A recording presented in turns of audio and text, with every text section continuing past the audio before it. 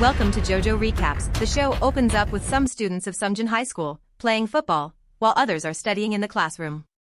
At the same time, a lot of mysterious spheres are seen floating and covering up the whole city. After class, two students, Kim Chi-yeol and Kim Deok-jung, discuss the strange alien spheres that have been hovering in the sky for about a year. Here, we get to know that numerous scientists conducted research on the spheres and came to the conclusion that they are not harmful to humans. No one knows where it came from, but the people are at least relieved to know that they are not dangerous. As they walk away, Chi-yeol tries to talk to Young-hoon, the top student who gets bullied a lot but remains resilient. Unfortunately, Young-hoon ignores him and heads home on the bus. On the way, he watches a YouTube show discussing the spheres and the rumors surrounding them. Meanwhile, the military inspects a fallen sphere, and here we are introduced to Lee, one of the prominent soldiers. Their commander soon arrives and orders the soldiers to shoot at the ball, but when it does no damage, he suggests using an RPG missile.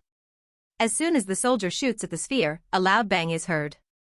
Then, some purple creatures start emerging from it. Elsewhere, after their usual 4-week break, the students return to school and immediately resume their typical antics and rivalries. Their homeroom teacher, Park Eun-young, distributes report cards, but before she can begin the lesson, she is called away. When Eun-young returns, she seems uneasy and delivers the news that early college admissions have been cancelled. The top students in the class are worried and confused, while the others are happy and relieved. Despite the teacher's efforts to continue with the lesson, the students begin to murmur among themselves, and the classroom becomes restless. The teacher then turns on the TV, and the students watch as the Minister of Defense addresses the nation. The minister announces a national mobilization, which mandates the drafting of even third-grade high school students into the military. Everyone is shocked by this news, but the minister reassures them that education will still be prioritized, and they will receive extra credit for college admission.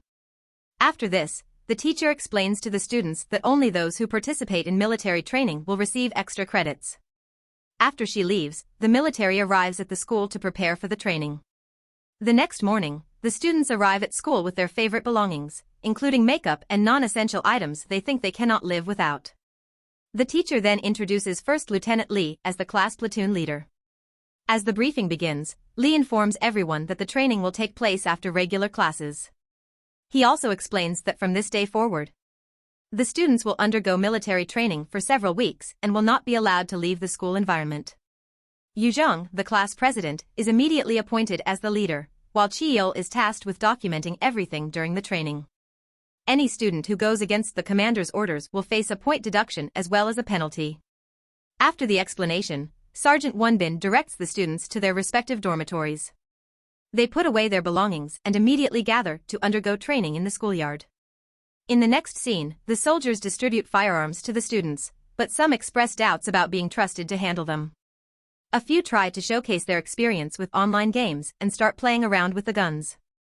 Soon after, Lieutenant Lee arrives and restores order among the students. He then punishes the guilty ones, making them run until they are completely exhausted. Surprisingly, despite the grueling training, some female students fall for the lieutenant's charm and become captivated by his looks. After a while, the students return to their barracks, completely broken and tired. During the record-keeping, some leave messages for their parents, feeling deceived by the experience, while others cry out for their mothers. Later that evening, a boy named Ail-ha shares a video of the military shooting and killing animals mercilessly. Deok-jung speculates that mass killings only occur if there is a virus spread in the city or in the event of a war. While they discuss this, Young-hoon tries to leave the room, but the noise attracts Lieutenant Lee's attention. He admonishes Young-hoon for trying to leave alone, and in response, the latter reveals that Ail-ha brought his phone to the training. Hearing this, Lieutenant Lee confiscates Ail-ha's phone, making him angry. As a result, he becomes vengeful towards Young-hoon, and the two almost come to blows. Lieutenant Lee immediately intervenes and sends them outside as punishment, but even there, they continue arguing.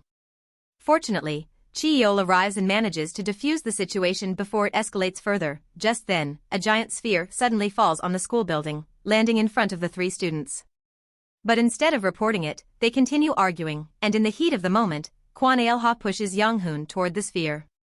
Shockingly, the sphere transforms into a monstrous creature, resembling an octopus, that entwines Young-hoon's body and devours him alive. A terrified Chi-yeol attempts to approach the creature, but right then, Lieutenant Lee arrives at the scene and stops him. After this, the creature retracts into the shape of the ball and goes away from there. Later, when the homeroom teacher, Ms. Eun-young, learns of Young-hoon's death, she is devastated. She nervously suggests sending all the remaining students home, but Lieutenant Lee informs her that he has received orders to keep the truth under wraps and take appropriate military action. He urges Eun-young to persuade the students to keep quiet about Young-hoon's death, so that panic doesn't ensue. With no options left, Ailha and Cheol also agree to lie about Young-hoon's disappearance, telling their classmates that he was badly injured and sent home. As the school returns to normal, it becomes clear that the sphere was not the only threat facing them. The government and military are trying to hide something even more dangerous, and the students find themselves caught up in a deadly conspiracy. Elsewhere, Lieutenant Lee is haunted by a painful memory of what happened to his division when they encountered a sphere while using an RPG gun. The sphere exploded and unleashed a vicious attack, resulting in the loss of many lives. The following morning, curiosity arises among the students, who wonder about the mysterious sphere that fell in the school building the previous night. However, Ailha and Cheol are still saddened by the incident, so they don't speak a word. In response to the sphere falling dangerously close to the school, Military Commander Park Young-il calls for intensifying the students' training, including firearm use and self-defense. Although Lieutenant Lee is initially hesitant, he realizes the necessity of the decision. The students also get on board with the plan and start attending their new classes. As expected, the firearm training proves to be challenging for most, but not for a brave girl named Lee Na-ra. She handles the weapons with ease, firing it accurately at the target.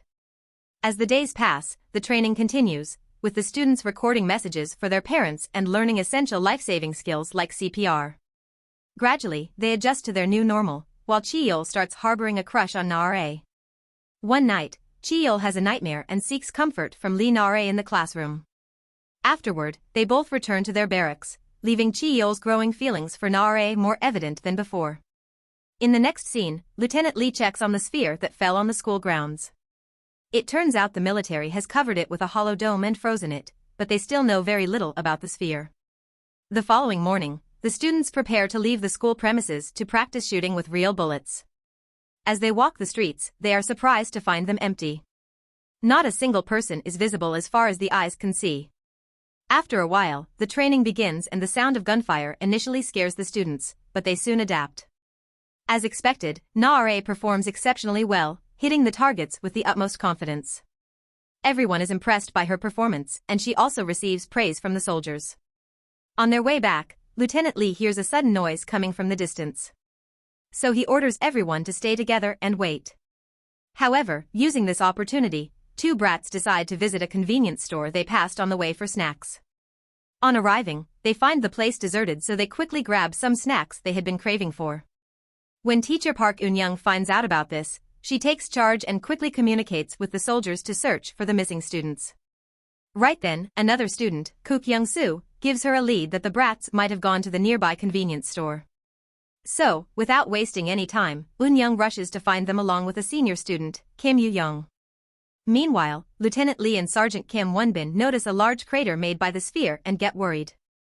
There is also a trail of blood on the ground, so the two follow it to investigate. Meanwhile, Yu-young notices a gun lying beside the road, but when she tries to pick it up, she finds a chopped hand holding it. Out of fear, she screams loudly, alerting the teacher and other students. Eun-young then proceeds to follow the trail of blood, and after a while, she discovers the strange creatures with tentacles and the dead bodies of students from other schools. Shocked and horrified, she screams for the kids to run.